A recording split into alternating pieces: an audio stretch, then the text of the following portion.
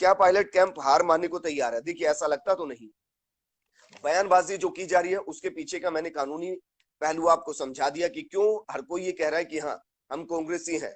वो दरअसल इसलिए कह रहे हैं कि जिस दिन वो कहेंगे कि हम कांग्रेसी नहीं है, उसी दिन तत्काल प्रभाव से उनको पार्टी विरोधी मानते हुए, सरकार विरोधी मानते हुए उनकी सदस्यता चली जाएगी। इसलिए ये कहना मजबूरी है। तो उसको आप ये मत समझिए कि उन्होंने हार मान ली, ये एक रणनीति का हिस्सा है। सवाल मुझसे पूछा गया कि क्या सरकार बच जाएगी, 2 उप मुख्यमंत्री होंगे। आपको याद होगा कि जब मैंने फेसबुक लाइव आपके साथ शुरू किया था, उस दौरान मैंने कहा था कि हाँ बिल्कुल ये मुमकिन है कि 2 उप मुख्यमंत्री हो सकते हैं। उनमें एक ब्राह्मण हो सकते हैं और दूसरे SC ST वर्ग से हो सकते हैं। लेकिन ये कम से कम विधानसभा सत्र से पहले तो तय नहीं होगा। उसके बाद सरकार बची और आगे के गणित क्या रहेंगे उस पर निर्भर करेगा।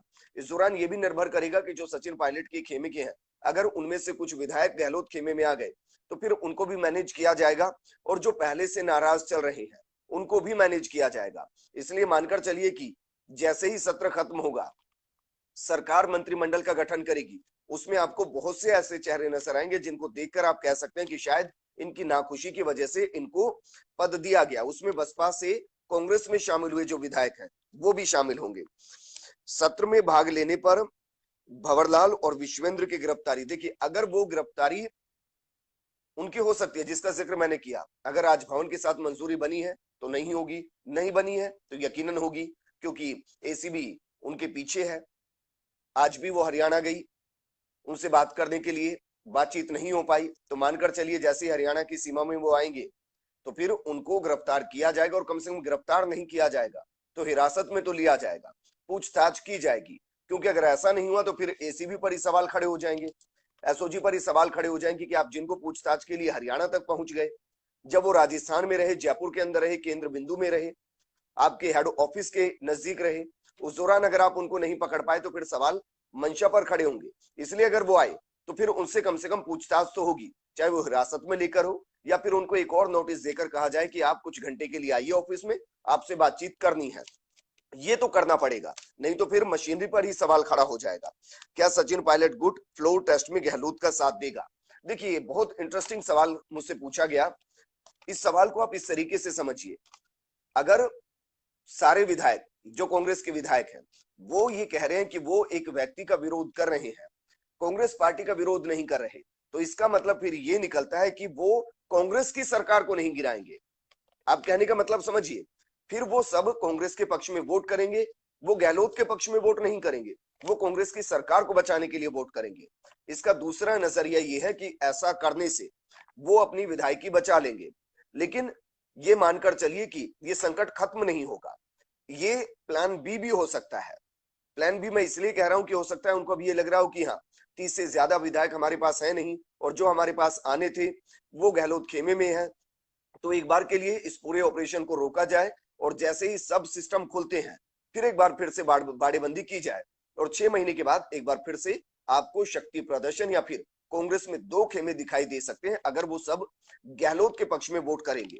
सवाल इस बीच ये भी होगा कि अगर वो सरकार के पक्ष में वोट करेंगे तो क्या सचिन पायलट महज एक विधायक बनकर रह जाएंगे, और क्या वो उप मुख्यमंत्री की कुर्सी को त्यागने के बाद, प्रदेश अध्यक्ष की कुर्सी से उनको हटाने के बाद, क्या वो 6 महीने साल तक सिर्फ एक विधायक के तौर पर काम करेंगे, और पद को क्या सिर्फ वो इसलिए नहीं लेंगे कि वो गहलोत सरकार के अंडर काम नहीं करना चाहते? ये कुछ इंटरेस्टिंग फैक्ट है जिस पर नजर रहेगी।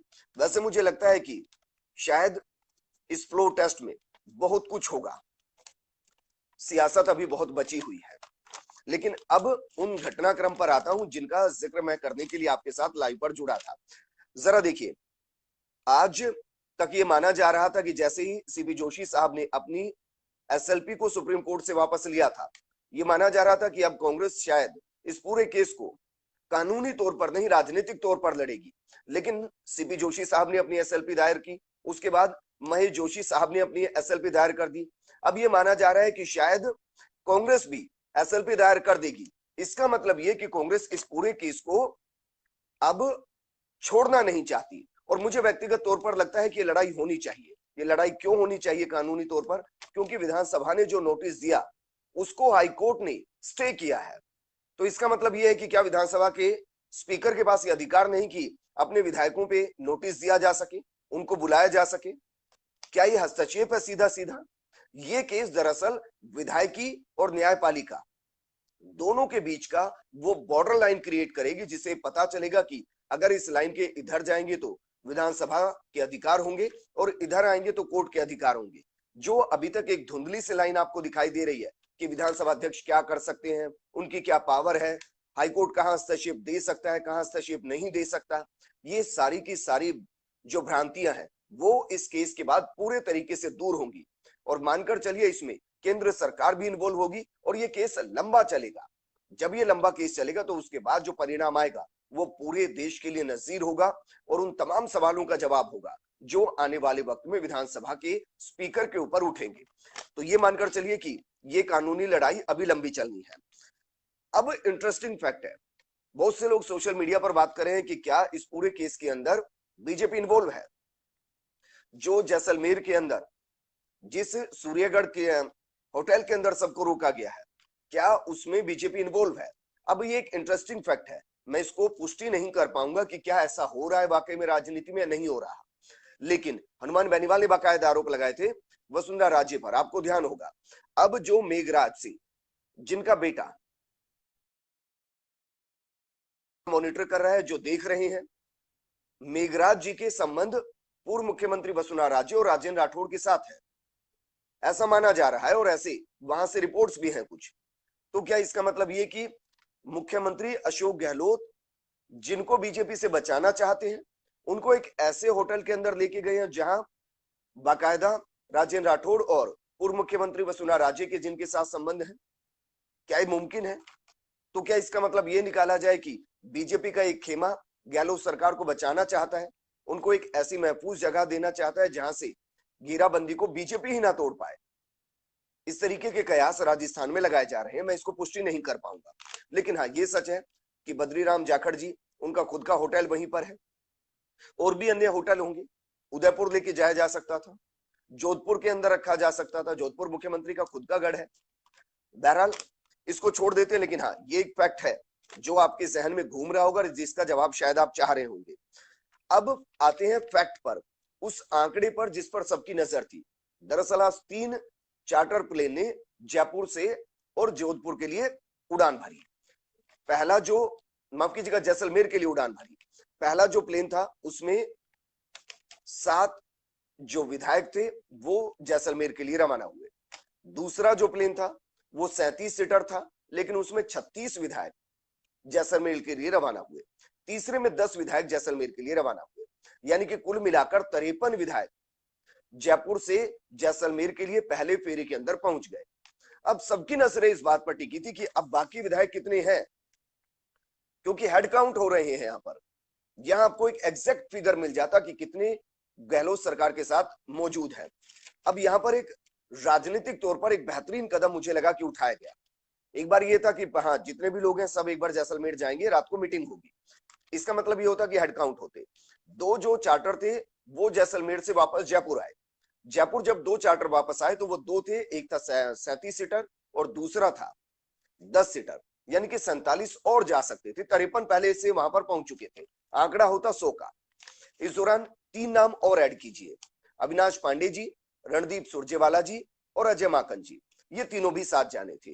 यानी कि अगर वहां पर सबको वहां जाना था और जिस आंकड़े को हम सही मान रहे हैं तो फिर एक और प्लेन की जरूरत होती, यानी कि 7 सीटर की जरूरत होती, या फिर स्टेट हैंगर से मुख्यमंत्री अशोक गहलोत अपने प्लेन से जाते और उनमें कम से कम 7 से 8 नेताओं को उनको लेकर जाना पड़ता, अगर यह आंकड़ा सही है तो।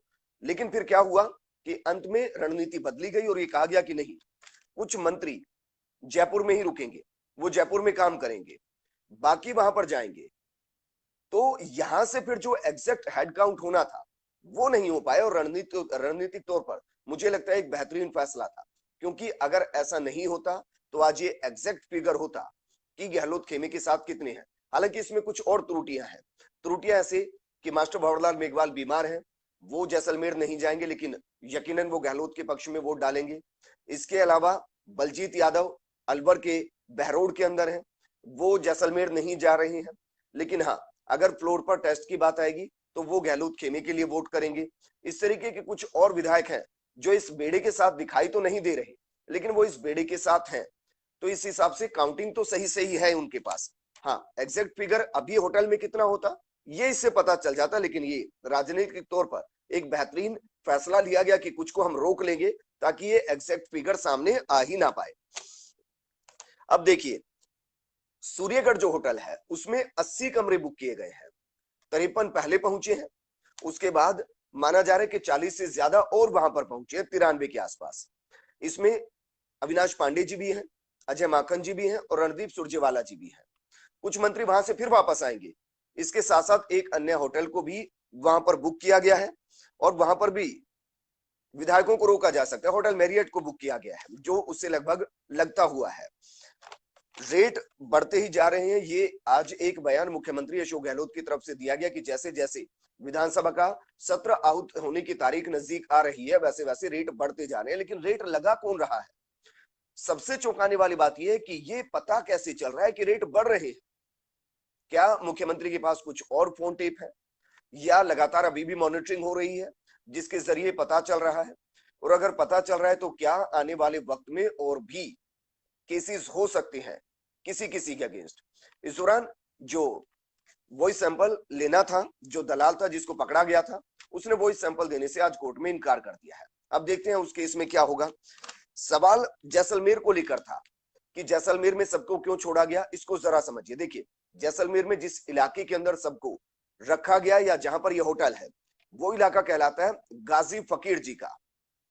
गाजी फकीर जी वहां पर काफी दबदबा रखते हैं। अब उनके पुत्र हैं शाले मोहम्मद जो गहलोत सरकार के मंत्रालय का हिस्सा है, उनकी काफी पहुंच है वहां पर। दूसरे मंत्री आते हैं हरीश चौधरी जी, उनकी भी वहां पर काफी पहुंच है।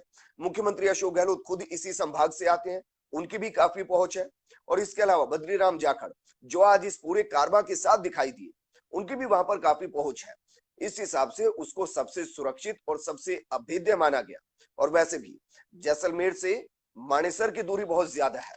अगर उस दूरी को गाड़ी से नापने की किसी विधायक ने कोशिश की तो वो मानेसर तक नहीं पहुंच पाएंगे, ये तय है। तो ये दरअसल वो तमाम चीजें जो मैं आपके साथ शेयर करना चाह रहा था। अब सवाल ये है कि ये विधायकों की संख्या क्यों छुपा रहे हैं राम अवतार जी? इसका मैंने पीछे का राजनीतिक कारण आपको बता दिया कि क्यों छुपा रहे हैं। आज ये सच था कि हेड काउंट हो सकते थे लेकिन हेड काउंट नहीं किए, ये बेहतरीन फैसला है। कम से कम रणनीतिक तौर पर ये समझ में अभी भी आ रहा है कि मुख्यमंत्री का जो दिमाग है वो कई पहलुओं पर चलता है। उनको समझ में आया अचानक से कि नहीं, अगर ऐसा होगा तो हेड काउंट होंगे, एग्जैक्ट फिगर सामने आ जाएगा, तो उन्होंने एक बेहतरीन फैसला लिया। जैसलमेर ले जाने का क्या कारण है जगमोहन जी? इसका कारण मैं आपको बता चुका हूं। रणनीतिक तौर पर अभेद्य किला है, कई मंत्री वहां से हैं, शाले मोहम्मद हैं, हरीश चौधरी हैं, पूर्व मंत्री बद्रीराम जाखड़ वहां से हैं, मुख्यमंत्री का खुद का संभाग है और जो होटल है वो इतना बड़ा होटल है कि वहां से निकल पाना थोड़ा मुश्किल है।